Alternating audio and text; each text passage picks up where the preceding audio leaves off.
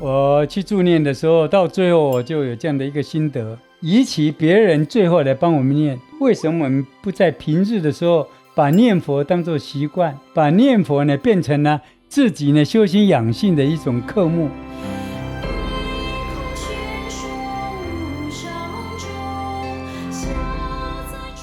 每月一次在看山咖啡与林老师见面聊佛法的活动已经开始咯。那这个月3月的见面日期是3月27号早上11点半到下午2点半，欢迎大家可以用轻松的心情跟林老师见面聊佛法喝咖啡。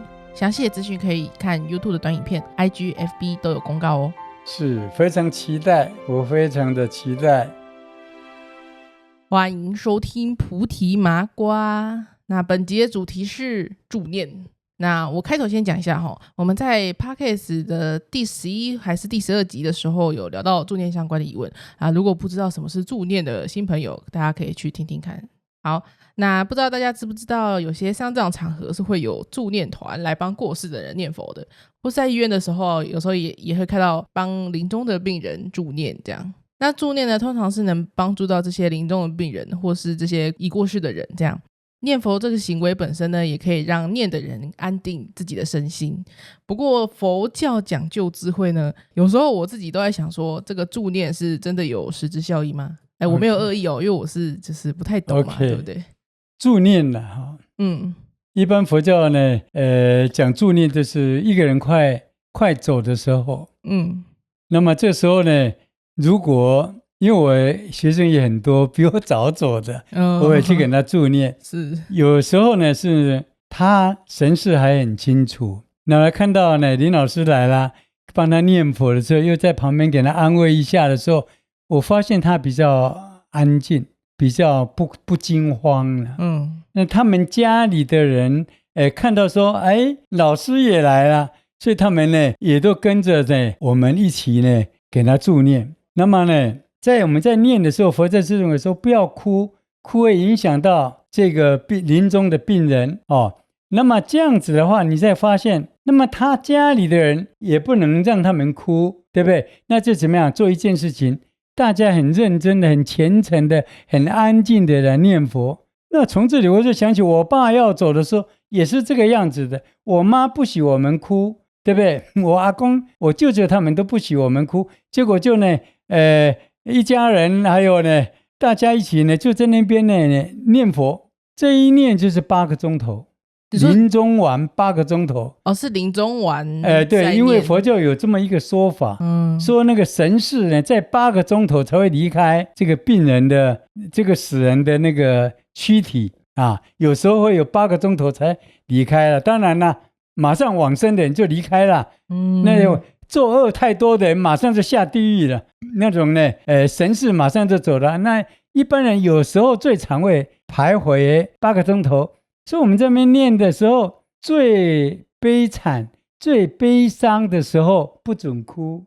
那么把那种注意力呢集中在念佛上。所以8个钟头念完了以后，我发现我爸那个时候，我念完了以后，我比较不会悲伤了。而且我妈还跑来跟我讲说，现在经过呢，我阿公阿嬷、我舅舅，大家还有师父们，大家这样念佛你爸爸一定往生是去西方了。那师父又在旁边呢，给他等于算是证明一样的，说呢，集合大家的这样子的助念的功德，一定往生西方无疑。我妈听了以后，她内心非常的安慰，我看她的脸色了，并没有非常悲伤的那样的一种神情，连我都觉得非常的平静。所以助念，我刚讲的这些助念，对那个即将往生的人讲，他比较不会有惶恐，因为有阿弥陀佛给你撑着啊，他要带你到西方极乐世界去啊，对不对？那在活着的人的话，因为这种庄严的佛号，就安慰到很多家人的心，对不对？让他在那个瞬间的时候，不会往那个悲伤的深渊掉，而是往庄严的佛号这边来念。念完以后，心情就会平静的非常多。我呢认为这个助念，第一个非常有效果，而且非常有必要，而且有成效的就是这个。那存亡两利。好，那我这边问一个比较不太礼貌的问题就是那个就是助念对于往生的人有没有实质效益，我们还有待商榷。是，对，可是那这样听起来好像助念是比较为活着的人，就是比如说你亲人过世了，你会很伤心，助念就可以让你亲戚比较安定，就是不要一直沉浸在这个悲伤螺旋里面。那这样的话，助念不就是有一点是为了活着的人念的吗？ 你能够去体会到这一点哦，可见阿若已经不是麻瓜了，是吗？要真有智慧才能体会到那一点。助念表面上是为那个快走的人来念，其实有一半以上70%、80%是为了他的家人，来安慰他们的心。你先想一点好了，现在少子化，大家呢都是生一个最多2个，爸爸妈妈走的时候，小孩子如果还年幼，对不对？你想他多凄惨，他们会怕的。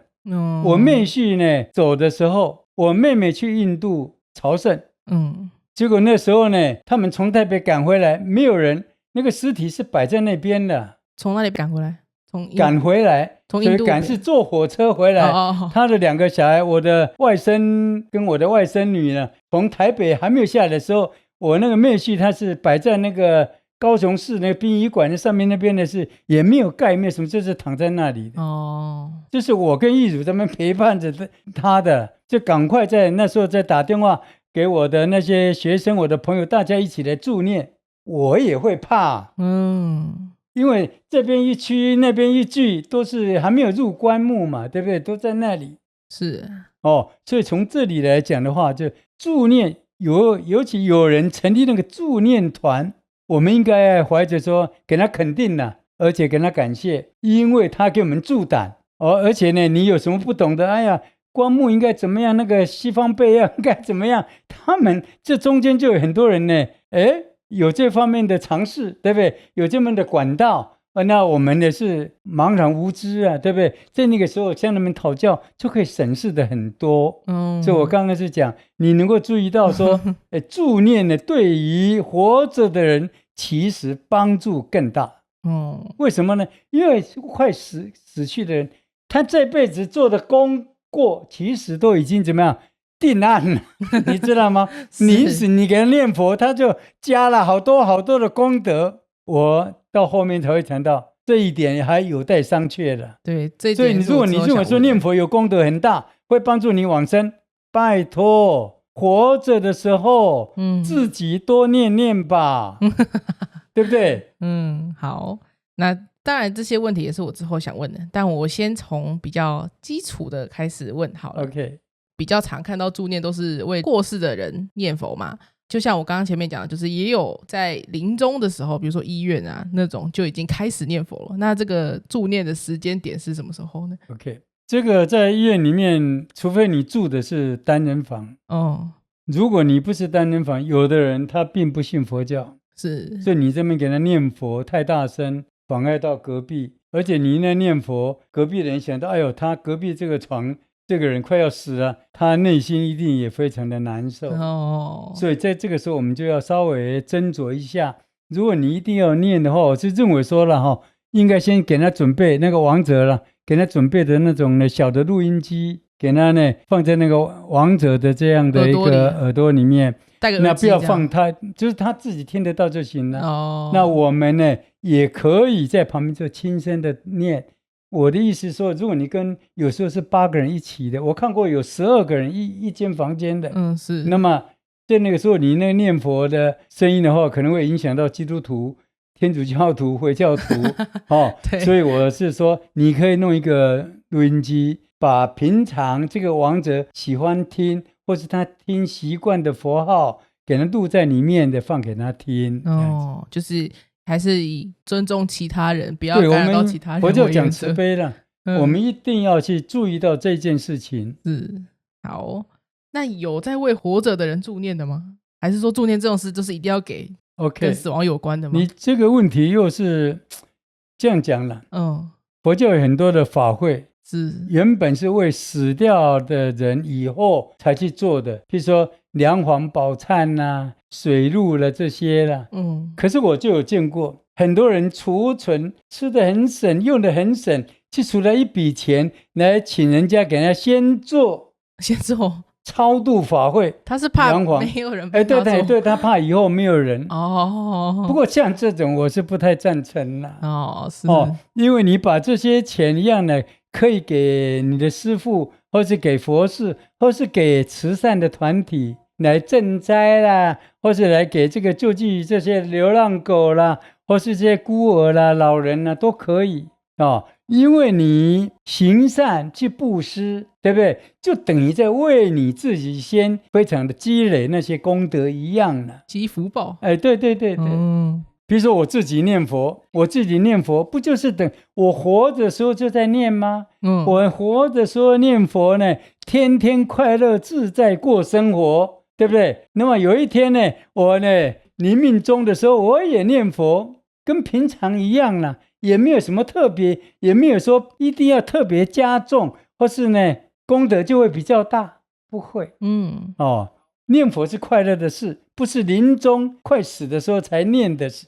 那我看到有人说助念的时候最好帮往生者盖往生被，这个往生被是一定必要的吗？这个问题呢，我个人的意见是这样，我不反对别人盖往生被，可是我自己是不会盖的。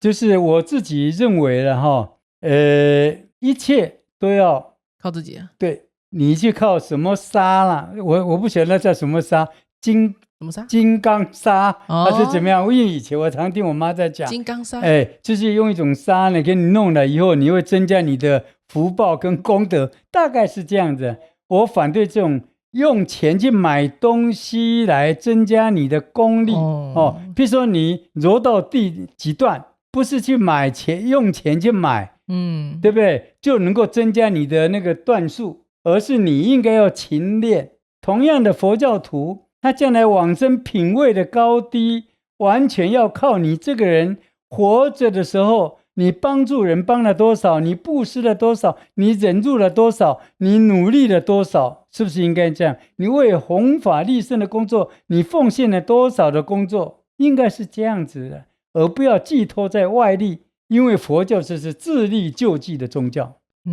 好那这个因为念佛助念通常都是念佛号嘛，那在我这个粗浅的印象中，蛮多助念团的人都是净土宗的宗派的。是，其实你也可以念药师佛啊，你可以念弥勒佛我不能念，那我能念释迦牟尼佛可以可以念释迦牟尼佛那更好是什么？因为我们称它叫本师所有的佛法佛经都从他那个树头里面冒出来的，这么成长过来了，饮水思源，本末不可倒置所以现在很多人他们认为说应该要回归佛陀的本怀，应该再回归到原始佛教或是根本佛教的时候，佛到底讲哪些什么东西？这个呢，你刚刚讲到，如果有一天大家都念南无本师释迦牟尼佛，我给你保证，你也能够往生净土。你说极乐世界？哎呀，极乐世界太多了。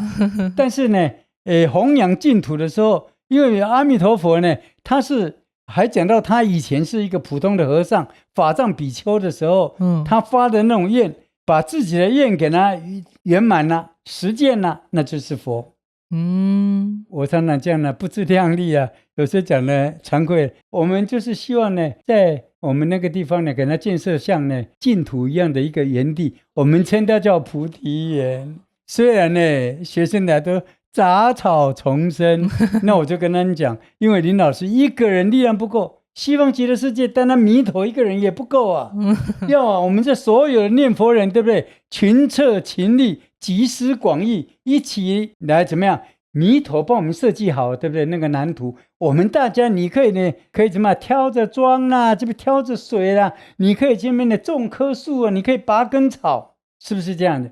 所以我跟学生讲，我们这个菩提园杂乱无章，你看的，可是你可以来帮忙啊，你来帮我修剪一下树，你当我呢铺了一点地桩，有一天你来到这儿呢，他说耳目一新，气象一新呢。好，那老师你自己有听过那个人家助念是念南无阿弥陀佛以外的佛号吗？有啊，有，老师你有念过就哪些？好多人他不希望去阿弥陀佛那里呀、他要到药师佛如来那里。譬如说开正法师，他就是念药师如来啊，因为他是认为说他小时候呢，体弱多病，所以希望他呢到药师佛那边去学习医药这些常识技能，将来来到娑婆世界能够来怎么样减轻众生的病苦。了解，可是比较常见的还是南无阿弥陀佛。对，你念什么东西我都不管我这个人你念，我这个人是这样，你念药师佛，我一蹲下来我就开始念药师佛了。你念像你今天第一次提到的，就念那个南无本师释迦牟尼佛，我更赞成，我就呢跟你附和，我也能够念。我创作的歌曲里面不就有药师佛吗？要有阿弥陀佛吗？也有释迦牟尼佛吗？你要哪一个曲子我都有。对，没错，大家可以去 YouTube 听一下。好，那因为助念团很多都是净土宗的宗派嘛，念佛也同时也是净土宗的修行的科目之一吗？其实净土它有东方净土、西方净土、南方、北方、上方、下方、东南、西南、东北、西北，10方各有净土，而且不止一处，对不对？那这个释迦牟尼呢，我们在弥陀经里面他是介绍阿弥陀佛，说呢阿弥陀佛这个境界很好，6方各佛都在他们自己的管辖区，管辖区是我故意开玩笑讲的，就是他们的教化区啦。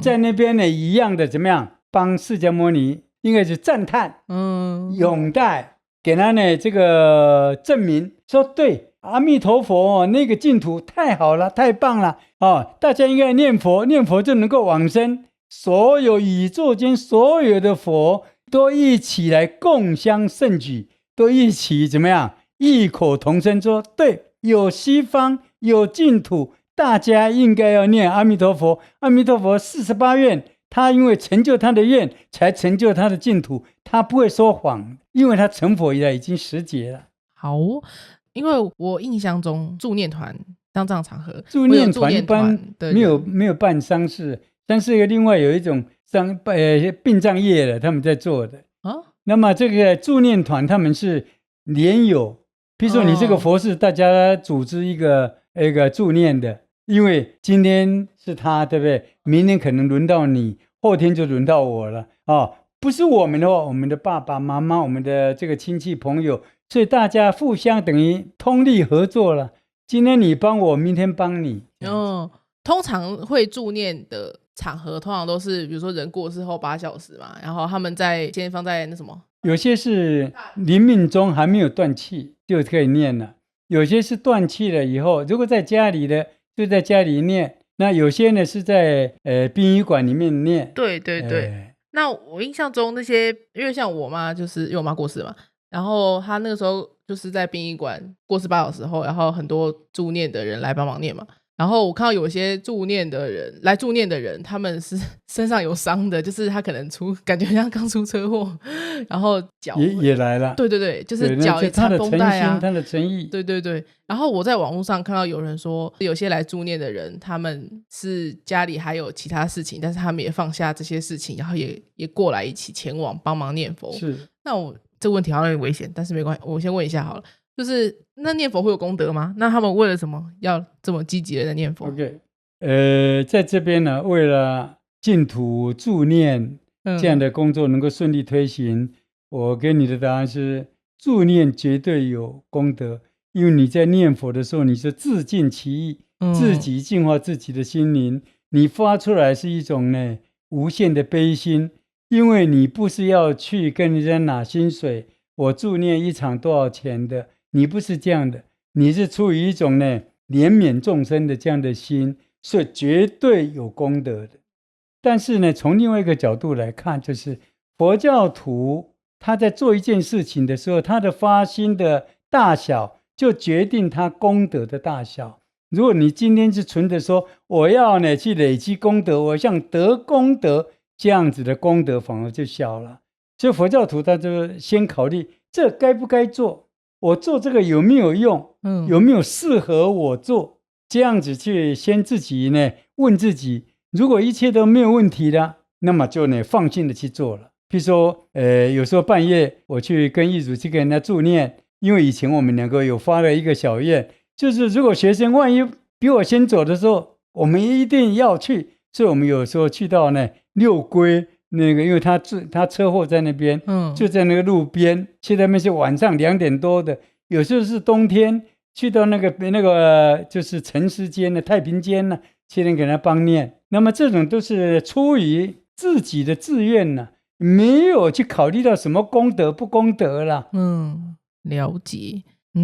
还是看发心哦。是，好发心才可贵。讲功德也有啦，但讲功德就有点俗气。了解。那我看到有人说助念就是要念佛号嘛，就是要一直南无阿弥陀佛这样。因为我之前念了8小时，好，可能不止8，可能只有6小时而已吧。可是多少善根已经奠定在你的那个心里面了，对不对？所以你今天才会来主持这个菩提麻瓜。可是我个人有功德嘞。可是我后来发现啦，我觉得我个性是很受不了，就是一直在那边念做同一件事。那是仪式，宗教有仪式，那是仪式的问题，不是宗教教理或是他的精神，对不对？这样的一个问题。OK， 好。那我看到那个助念要念佛号嘛，那他们有所谓的6念法，就是什么念法、念僧、念施、念戒、念天、那个有深啊，这太深吗？不是，就是要怎么样去念，那个是又高一级了。我们平常在对临命终的人的念都是很直接的，就是念给他听，或是给他的家人听，他们的家人听呢。你那个是呢，佛教给他补充学理的基础。所以这个是念法的深浅，对，那个是等于学理的基础。说念佛其实有这样的那个涵盖，有这样的意义，对不对？那这个东西呢，你刚刚讲的6念什么都直接去查 YouTube 就可以了，并不深。但是我们现在就只讲这个助念。了解。这里我再讲一下，如果你怕鬼的人、怕死人的人，你就不要去。说不要去助念吗？对，因为很多人呢去助念以后回来，他睡不着觉，吃不下饭是那弄到最后呢，有一点的忧郁什么样东西。如果你真的有一点精神衰弱这样的人你就不要这一点呢，不要勉强，我才能这样讲，不要勉强。好。老师，你有想讲几个故事吗？比如说助念的时候你有什么感应之类的吗？ OK， 讲过很多次，在这边很快的补充一下。我阿公对不对？我阿公呢一生捕鱼，他虽然50岁信佛教以后就受戒，就呢这个受菩萨戒，把渔船全部都卖掉了。可能你命终的时候，最后的那2-3分钟，他就呢突然间昏迷中大叫说呢，电灯关，窗子关，电灯关掉窗子也关掉，他鱼来了。鱼来了。在我妈他们当然没有听他的话，你一关起来就等于去投胎就变鱼了。所以继续的念，2分钟以后，我阿公就转了，说呢，开灯再继续，因为他是快走的时候都会暗的了。你说也看不太到，他稍微有点又回过神来的时候，他就开灯，那个窗子打开，他说阿弥陀佛来了。从一个快死2分钟以前的人讲这种话，你要信不信呢？是不是？这是我阿公他这样讲的话，就是说呢，我们可以证明。另外一个就是我们有访过他的视频，洪文琼洪文琼老师的爸爸，不都没有什么信仰吗？最后的时候呢，他求救于我呢找来开正法师，找来我妈，我们3个人呢就直接到他家去。他爸爸已经呢奄奄一息了，就最后一口气，因为他肝癌，快一口气。那个时候呢，就是叫他说呢，他神识还有，说呢你要念佛叫他先合掌，然后呢开正法师给他皈依，还给他一张那个皈依证，叫他拿着。我妈呢就用日本话跟他讲，日本话我是不会讲，但我会听，就意思讲这个就是你出国旅游的 passport， 你要到西方极乐世界就是靠这本护照了，你要拿好。如果呢你发现的是佛来跟你这个检验，对不对？你才跟他去，你才进去。如果没有的话，你就握住，就念阿弥陀佛。他那时候我看他爸那时候呢快要走的眼睛本来是暗淡无光的，散发出那种呢生命的光彩。那手呢还握着好紧了，我的这一本就是我的救命符了。是念佛有效没有效先不管，对一个临命终时的人，那是多大的安慰啊！没有恐惧了，真的，他的完全希望摆在这儿。洪文琼就是因为他爸爸最后这样子对他呢，对佛教也很拥护。是的，是的。好，那刚才也有前面讲到，就是我现在最后才要问，就是助念就是帮已经过世的人念嘛。那可是老师前面有讲说，其实业力早就已经定下来了嘛，不是都说像我们前几集有录啊，什么因果不可转，佛陀来了也救不了。那这样的话，助念还要帮就是过世的人加功德吗之类的，这样会有用吗？这一点呢，稍微再补充一下。业力不可转，那是叫定业。定业。可是这个临命终的人，他不一定。比如我举一个例子，为什么念佛有时候可以改变这个人的思维到西方极乐世界呢？比如说我呢，曾经这样过，我到了火车站，我原先呢，我到屏东火车站，我原先要到台中去的，可是在车站呢碰到我一个朋友，他说现在啊，光复那边的水灾。你要不要一起跟我前面呢去铲土，前面的这个去帮忙？帮忙。结果呢，我就听了话，就跟他呢买什么呀？买车票，本来要去台中，现在改到那个台东花莲去。这一点你知道我的意思吗？你到火车站，意思是讲你已经快临命终的时候，你本来要向台中去了，是对不对？可是你在车上碰到一个朋友，那个朋友就是念佛的朋友了。他的几句话可能就改变了你的方向，你的行程了。你本来不晓得要去哪里，对不对？现在有一个念佛的人，你念阿弥陀佛可以往生极乐世界，因为阿弥陀佛发过这样的愿力，所以最后1分钟能够改变人几千万劫以后的命运了。如果就这一点来看呢，助念有他的功德，但是不要存着投机取巧的。投机取巧，就是平常都不念，我到最后才念，你能够保证你到最后你还清醒着了吗？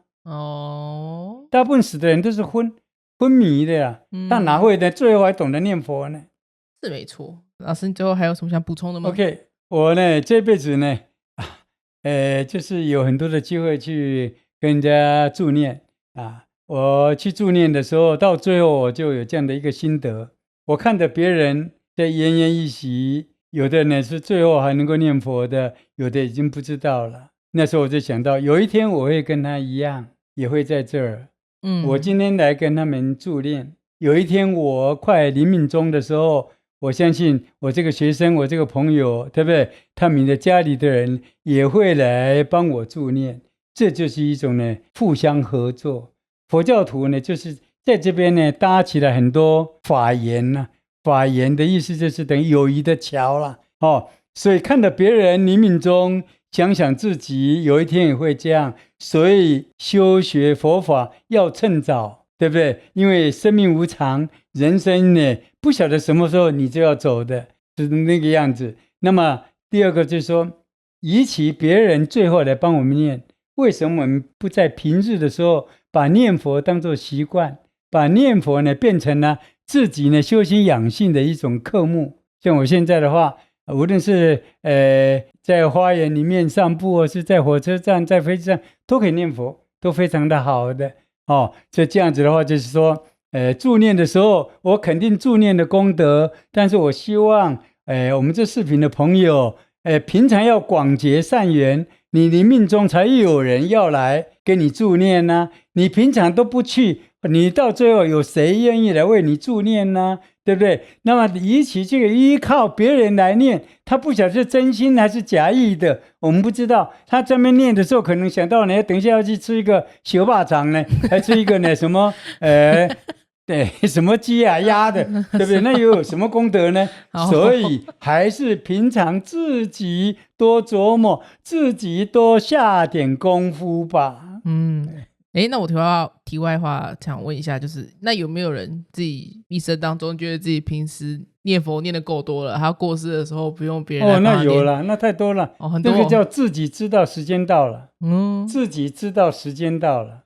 就自己知道说我应该什么时候，这个在这个故事上了或是我亲眼目睹的非常多了，就非常多了。是说他已经知道自己什么时候要走了。对。然后譬如说我现在自己也讲，我56岁要往生啦。56岁，但是我86岁，我现在82，对不对啊？那么有一天呢，如果刚刚好给我碰上，人家不会讲，哎呦，那个林老师啊，好厉害啊，他自己知道实质。